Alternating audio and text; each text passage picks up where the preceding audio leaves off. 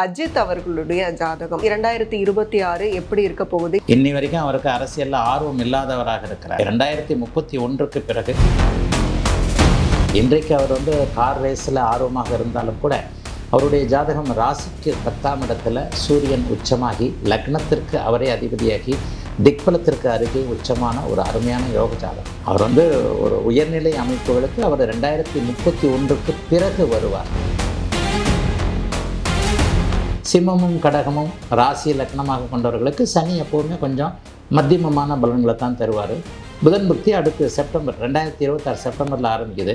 அப்போ 2026 தீபாவளியில் ஒரு மகா ஹிட்டை அவர் கொடுப்பாருன்றதை எதிர்பார்க்கலாம். அஜித் அவர்களுடைய ஃபேன்ஸை கேட்டால் ஒரு மெச்சூரிட்டியான ஃபேன்ஸுன்னு நான் சொல்லுவேன்.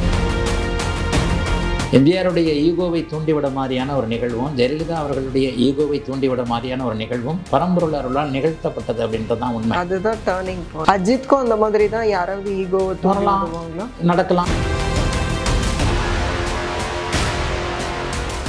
நிம்மதி ப்ராப்பர்ட்டி மேனேஜ்மெண்ட். கான்டாக்ட் 7667008800. ரகரம் வாய்ஸ் நேயர்களுக்கு வணக்கம். இப்போ நேர்காணல்ல நம்ம கூட இணைஞ்சிருக்காங்க ஜோதிட கலையரசு ஆதித்ய குருஜி அவர்கள். ஸோ இந்த 2026 இப்போ வரப்போகுது. ஸோ அப்போ அதாவது நட்சத்திரங்கள் அப்படின்னு சொல்லுவோம், அரசியல் சார்ந்தும் சரி சினிமா சார்ந்தும் சரி, அதில் சிலரோட ஜாதகங்கள் இருக்கு. அதை வச்சு 2026 அவங்களுக்கு எப்படி இருக்கு அப்படின்னு பேச போறோம். வணக்கம். ரகரம் வாய்ஸ் நேயர்கள் அனைவருக்கும் இனிய நல்வாழ்த்துக்கள். எல்லோரும் நன்றாக இருப்பீர்கள். முதல் கேள்வி அஜித் அவர்களுடைய ஜாதகம். இப்போ கார் ரேஸ்ல அவர் கொடி கட்டி பறந்துட்டு இருக்காருன்னு சொல்லலாம். ஸோ அவருக்கு 2026 எப்படி இருக்க போகுது, எதுலெல்லாம் ஜொலிக்க போறாரு, அவர் அரசியலுக்கு வருவாருன்னு நீங்க ஆல்ரெடி சொல்லியிருக்கீங்க. ஸோ அவருடைய அந்த அரசியல் நிலைப்பாடுகள் இந்த 2026ல எப்படி இருக்க போகுது? ஏற்கனவே உங்கள் சேனலில் தான் சொன்னேன்னு எனக்கு ஞாபகம் இல்லை. ஆனால் அஜித்தை பற்றி நான் சில இடங்களில் கேள்வி கேட்ட இடங்களில் பதில் சொல்லியிருக்கிறேன். அஜித் அவர்கள் ஒரு குட் ஹியூமன் பீயிங் அப்படின்னு சொல்லலாம். ஜோதிட ரீதியாக எவர் ஒருவருக்கு லக்னாதிபதி வலுத்திருக்கிறாரோ, லக்னம் சனி செவ்வாய் இந்த மாதிரியான ஒரு பாவர்கள் ராகு போன்ற தொடர்புகள் இல்லாமல் இருக்கும்போது ஒரு மனுஷர் ஒரு ஒரு நல்ல மனிதராக இருப்பார். அஜித்தை பற்றி இப்போ நம்ம சொல்கிற அளவுக்கு பெரிய அளவில் பார்த்திங்கன்னா இப்போ கூட நீங்கள் கார் ரேஸில் தான் இருக்கிறாருன்னு சொன்னீங்க. சனி சுபத்துவமானாலே இயந்திரங்கள், காரு, ஆட்டோமொபைல் இந்த மாதிரியான விஷயங்களில் அவருக்கு ஆர்வம் போகும். ஆனால் கார் ரேஸில் அவர் வருமானம் பார்க்குற மாதிரி இல்லை. அது ஒரு ஹாபியாக தான் இருக்கிறாருன்னு நினைக்கிறேன். கார் ரேஸ் ஆமாம், அவருக்கு பொறுத்த வரைக்கும் கார் ரேஸுன்றது ஒரு ஹாபியாகத்தான் இருக்கிறது. அப்போ சனி சுபத்துவமாக இருக்கின்ற காரணத்தினால இறுதி வரைக்கும் அவர் அதில் ஒரு விளையாட்டு பிரியராக இருப்பாரே தவிர அதில் தன்னுடைய முழு கவனத்தையும் செலுத்துகிற மாதிரி எனக்கு தெரியல. ஏற்கனவே நான் ஒரு இதில் அவருடைய ஜாதகம் பார்த்தபோது சொல்லியிருக்கிறேன். 2039 அரசியல் சம்பந்தப்பட்ட விஷயங்கள், அதாவது சூரியன் தான் அரசியல் சம்பந்தப்பட்ட விஷயங்களை கொடுக்கக்கூடியவர். இன்னி வரைக்கும் அவருக்கு அரசியலில் ஆர்வம் இல்லாதவராக இருக்கிறார். 2031க்கு பிறகு கால சூழ்நிலைகள் ஏதாவது ஒன்று மாறி அவருக்கு அரசியல் ஆர்வங்கள் ஏற்பட்டு ஒரு பொது அமைப்புக்கு அவர் வருவார் அப்படிங்கிறது தான் ப்ரெடிக்ஷனு. இப்போ 2026 அவரை பற்றி பெரிய அளவில் இருக்காது. அவரை நீங்கள் நினைக்கிற மாதிரியே பெரிய அளவில் அரசியல் என்ட்ரியோ இல்லையோ. ஆனால் அவர் பொது வாழ்க்கைக்கு வரக்கூடிய ஜாதகம் தான். அவர் பூச நட்சத்திரம், கடகராசி, சிம்ம லக்னத்தில் பிறந்தவர். சிம்ம லக்னத்தில் பிறந்தவர்களுக்கு ஏதாவது ஒரு தூண்டுதல் கண்டிப்பாக இருக்கும். அவர்களுக்கே ஆசை இல்லைன்னா கூட அன்றைய காலச்சூழல் நாளைக்கு என்ன நடக்கும்ன்றதை இறைவனை தவிர பரம்பொருளை தவிர யாராலும் இப்போதைக்கு கணிக்க முடியாது. நிறைய பேர் கேட்குறீங்க அஜித் அவர்களுக்கு ஆர்வமே இல்லையேன்னு கேட்குறீங்க. நான் என்ன சொல்லுவேன், நான் 6 வருஷம் இருக்குது. 6 வருடம் கழித்து வரக்கூடிய சூழல்களில் எது எப்படி மாறும் அப்படின்னு கண்டிப்பாக சொல்ல முடியாது. முன்னாள் முதல்வர் புரட்சித் தலைவர் எம்ஜிஆர் அவர்களையே அவர் முதல்வர் ஆகிறதுக்கு சில வருஷங்களுக்கு முன்பு நீங்கள் தாங்க அடுத்த இன்னும் 5-6 வருஷத்தில் சிஎம்னு சொன்னால் அவரே நம்பியிருக்க மாட்டார். ஏன்னா அப்போது திராவிட முன்னேற்ற கழகம் ஒன்றா இருந்த ஒரு காலகட்டம். அடப்போங்கப்பா என்னுடைய நண்பர் தான் அவர் இருக்கிறாரு, அந்த மாதிரி எண்ணமே இல்லைன்னு தான் சொல்லியிருப்பார். அதே போலவே புரட்சித் தலைவி அம்மா அவர்களுடைய அவங்கள்ட்டையும் அடுத்து இன்னும் ஒரு 10 வருஷத்தில் நீங்கள் இந்த தமிழ்நாட்டோட சிஎம் ஆவீங்கன்னு சொன்னால் அவங்களே கூட வாய் விட்டு சிரிச்சிருப்பாங்க. நான் இங்கே நடிச்சுக்கிட்டு இருக்கிறேன், அல்லது நான் இப்படிப்பட்ட ஒரு சூழ்நிலையில் இருக்கிறேன், நான் எப்படி சிஎம் ஆக முடியும்ட்டு. அதனால் காலம்தான் தீர்மானிக்கும், இறைவன் பரம்பொருள் தான் தீர்மானிக்கிறார்னு சொல்லலாம் யாருக்கு என்ன கொடுக்கறது அப்படிங்கிறத. இன்றைக்கு அவர் கார் ரேஸில் ஆர்வமாக இருந்தாலும் கூட அவருடைய ஜாதகம் ராசிக்கு 10ஆம் இடத்துல சூரியன் உச்சமாகி லக்னத்திற்கு அவரே அதிபதியாகி திக்பலத்திற்கு அருகே உச்சமான ஒரு அருமையான யோக ஜாதகம். அவர் வந்து ஒரு உயர்நிலை அமைப்புகளுக்கு அவர் 2031க்கு பிறகு வருவார். அதாவது இப்போ 2026ல் அவருக்கு வந்து இப்போ சினிமா சார்ந்து அவர் வந்து எவ்வளோ உயரத்துக்கு போவார்? இந்த செப்டம்பர் மாதத்துக்கு பிறகு அவருக்கு சுக்கிரதசையில் புதன் பக்தி வருது. கமிங் செப்டம்பர் 2026 செப்டம்பர் மாதத்திற்கு பிறகு அவர் ஒரு பெரிய சினிமாவில் ஒரு பெரிய ஹிட். அவர் சினிமாவில் இப்போவும் இன்னும் ஒரே நிலைமையில உன்னத நிலைமையில தான் இருக்கிறாங்க. இப்போ எடுத்துக்கிட்டிங்கன்னா ரஜினி அவர்கள் சூப்பர் ஸ்டாரு, அதனை அடுத்த நிலையில் வந்து நம்ம தளபதி விஜய் இருக்கிறாரு, அதுக்கப்புறம் இவரும் இருக்கிறாரு. அப்போ இவங்க எல்லாத்துக்குமே பெரிய அளவில் நீங்கள் வந்து அதை 1, 2, 3ன்னு கூட வகுக்க முடியாது. எல்லாருமே ஒரு சம அளவில் இருக்கிறாங்கன்னு சொல்லலாம். ஒருத்தருடைய படம் ஒரு தடவை 100 கோடி சம்பாதிக்கும், அடுத்த தடவை இன்னொருத்தருடைய படம் 200 கோடி சம்பாதிக்கும். ஆக இந்த 1, 2, 3 அப்படிங்கிறது ஒரு மேஜிக் நம்பர் தான். அஜித் அவர்களுடைய படம் நல்லா போய்கிட்டு இருக்கு, அவருக்குன்னு ஒரு இவங்கெல்லாம் இருக்கிறாங்க. இப்போ அவருக்கு சுக்கிரதசையில் சனி புக்தி ஒரு 2.5 வருஷமாக. இது வந்து ஒரு சுக்கிரதசையில் சனி புக்தி சிம்மராசிக்காரர்களுக்கு எப்போவுமே சிம்ம லக்னம் கடக லக்னம், சிம்ம லக்னம் கடகராசி, இந்த மாதிரியான சிம்மமும் கடகமும் ராசி லக்னமாக கொண்டவர்களுக்கு சனி எப்போவுமே கொஞ்சம் மத்தியமமான பலன்களை தான் தருவார். புதன் புக்தி அடுத்து செப்டம்பர் 2026 செப்டம்பரில் ஆரம்பிக்குது. அப்போ 2026 தீபாவளியில் ஒரு மகா ஹிட்டை வந்து அவர் கொடுப்பாருன்றது எதிர்பார்க்கலாம். கேரியர் இப்போ இருக்கக்கூடிய கலைத்துறை சினிமா துறையில், ஏன்னா புதன் தான் அவருக்கு அதீத சுபத்துவமான நீச்சபங்க ராஜயோகத்தில் சுக்கிரனோடும் குருவோடும் இணைந்திருக்கக்கூடிய ஒரு அருமை, சுக்கிரனோடும் குருவின் பார்வையில் இருக்கக்கூடிய நல்ல ஜாதகம்.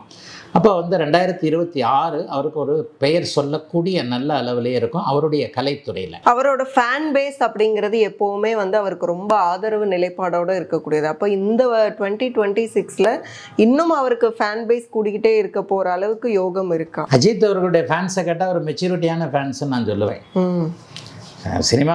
சினிமாவுடைய ரசிகர்களை வந்து பல வகையாக பிரிக்கலாம். ஒரு கண்மூடித்தனமாக ஆதரிக்கின்றவர்கள், சினிமான்றது என்ன ஒரு உந்த மீடியா தானே, ஒருத்தரை பிடிச்சி போய் நம்ம ஃபாலோ பண்ணுறோம், ஒருத்தர் பிடிச்சி போய் அவரை வந்து மேனரிசம் பண்ணுறோமா, அவரை வந்து ஃபாலோ பண்ணுறோம், அவர் மாதிரியே நடக்க ஆரம்பிக்கிறோம், அவர் மாதிரியே இது பண்ணுறோம், அவர் சினிமாவில் என்னென்னலாம் பண்ணுறாரோ அதை நம்ம நிஜ வாழ்க்கையில் பண்ண முடியுமான்றதை பார்க்குறோம். அஜித்தோட இதை பார்த்திங்கன்னா அவருடைய ஃபில்ம் எல்லாமே கொஞ்சம் பெரிய அளவில் மெச்சூரிட்டியாக இயல்பாக இருக்கக்கூடிய தன்மைகள் தானே.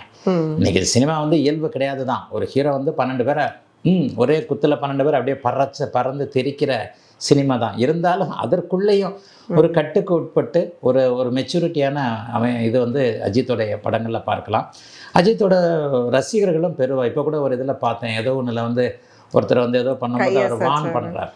அது இட்ஸ் ஏ ப்ராக்டிக்கல். அது அந்த மாதிரி அளவுக்கு அவர் நல்ல ஹியூமன் பீயிங், ஒரு அளவுக்கு எதையும் புரிந்து கொள்ளக்கூடியவராக இருப்பார். அவருடைய ரசிகர்களும் அப்படி தான் நம்ம பார்க்குறோம். அப்போ அந்த மாதிரி இதில் வந்து ஒரு காலகட்டம், இனிமேல் தான் 1971 பிறந்திருக்கிறார். இப்போ தான் அவருக்கு 54 வயதாகுது. ஒரு மனிதருக்கு 56, 57 வயசு, 58 வயசுக்கு பிறகு ஒரு டேர்னிங் பாயிண்ட்டு அந்த மனிதருக்கு கண்டிப்பாக உண்டு. ஒரு துறையில் எம்ஜிஆரை பார்த்தீங்கன்னா 61 வயசில் தான் சிஎம் ஆனார். 61 வயசில் தான் இல்லை சினிமாவிலிருந்து அப்படியே விலகினார். அப்படியே விலகி அதற்கப்புறம் ஒரு 10 வருஷம் சிஎம்மாக இருந்து 72 வயதில் இறந்தார். அது மாதிரியான அந்த சினிமாவிலிருந்து ரிட்டையர்ட் ஆகக்கூடிய காலகட்டங்களில் அஜித்துக்கும் ஒரு பொறுப்புகள் வரக்கூடிய அமைப்புகள் உண்டு. அப்போ இவருக்கும் 2031க்கு பிறகு அவரும் அந்த அரசியல் களத்துக்குள்ள கொஞ்சம் அவருடைய லைஃப் ஸ்டைல் மாறும் அப்படின்றத இப்போ நீங்கள் அஸ்ட்ராலஜி ப்ரெடிக்ஷனாக எடுத்துக்கலாம். லைஃப் ஸ்டைல்னா என்ன? இப்போ அவருக்கு உயிரே இதுதான், சினிமா தான். ஒரு சினிமாவில் தன்னுடைய முழு இதையும் இன்வால்மெண்ட்டோட முழுக்க ஒரு வருஷத்துக்கு ஒரு படமோ 2 படமோ 3 படமோ நடிக்கிறாரு. அவருக்குன்னு ஒரு ஃபேன்ஸ் இருக்கிறாங்க, அவருக்குன்னு ஒரு இது இருக்குது, ஒரு நிரந்தர வருமானம் இருக்குது, அவருக்குன்னு ஒரு ப்ரொடியூசர், இந்த மாதிரி இருக்காங்க இல்லையா. இந்த லைஃப் ஸ்டைலு 2031க்கு பிறகு அப்படியே அவர் 2031ன்றது அவருக்கு 60 வயசு. அப்போ அந்த 2031க்கு பிறகு அவருக்கு சில ஒரு வாய்ப்புகள் வந்து பரம்பொருள் எப்போ யாரை எந்த இடத்துல தீர்மானிக்கிறார்னு சொல்லவே முடியாது. அதுக்கு தான் நான் இப்போ இந்த எம்ஜிஆர் ஜெயலலிதா அவங்களுடைய உதாரணத்தை கூட சொன்னேன். கலைஞர் அவராவது பிறவி அரசியல்வாதி.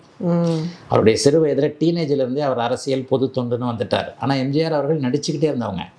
எம்ஜிஆருடைய ஈகோவை தூண்டிவிட மாதிரியான ஒரு நிகழ்வும், ஜெயலலிதா அவர்களுடைய ஈகோவை தூண்டிவிட மாதிரியான ஒரு நிகழ்வும் பரம்பொருள் அருளால் நிகழ்த்தப்பட்டது அப்படின்றது தான் உண்மை. அதுதான் டர்னிங் பாயிண்ட். நான் நிறைய ஆர்டிக்கலில் எழுதியிருக்கிறேன். எப்போ உங்களுடைய ஈகோ, உங்களுடைய ரோஷம், உங்களுடைய உணர்ச்சி தூண்டிவிட போகிறதோ அப்போது நீங்கள் பிறந்த இலக்கை நோக்கி பயணப்படுவீங்க.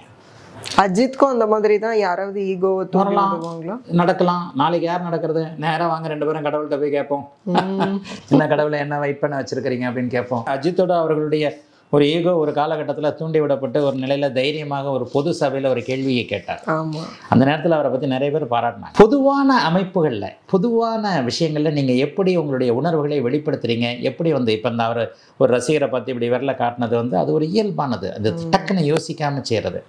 எல்லா மனிதரும் பொது வழியில் நடிக்க முடியாது. எல்லா நடிகர்களும் வீட்டுக்குள்ளே நடிக்க முடியாது. எல்லா நடிகர்களும் பொது வழியில் மனிதர்கள், நம்மை போல மனிதர்கள் தான்.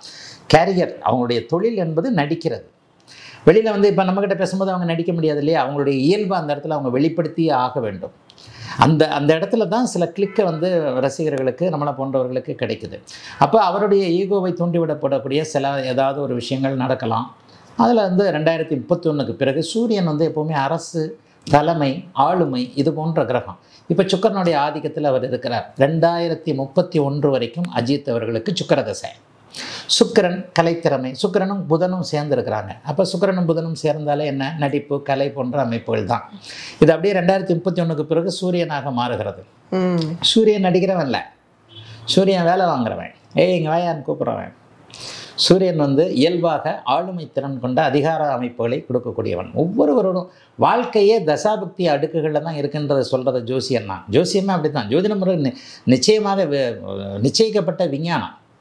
அப்போ இப்போ கலை அமைப்புகளில் 2031 வரைக்கும் இருக்க போகின்ற சுக்கிர தசையின் ஆளுமையில் இருக்கக்கூடிய அஜித் அவர்கள் 2031க்கு பிறகு சூரியனுடைய ஆதிக்கத்திற்கு மாறும்போது அவருக்கே பிடிக்கலன்னா கூட, சில நேரம் தான் சில பேரை பிடிச்சி சாக்கடைக்குள்ளேயே கிணத்துக்குள்ளேயே பிடிச்சி தள்ளி விட்டுறோம்ல, அது மாதிரி ஏதாவது சம்பவம் நடக்கலாம். யாருக்கு தெரியும்? பரம்பொருளுக்கு மட்டுமே அறியும். நாளை என்ன நடக்கும் என்பதை இறைவன் மட்டுமே அறிவார். 2031க்கு பிறகு அவருடைய இதில் நிச்சயமாக மாற்றங்கள் உண்டு.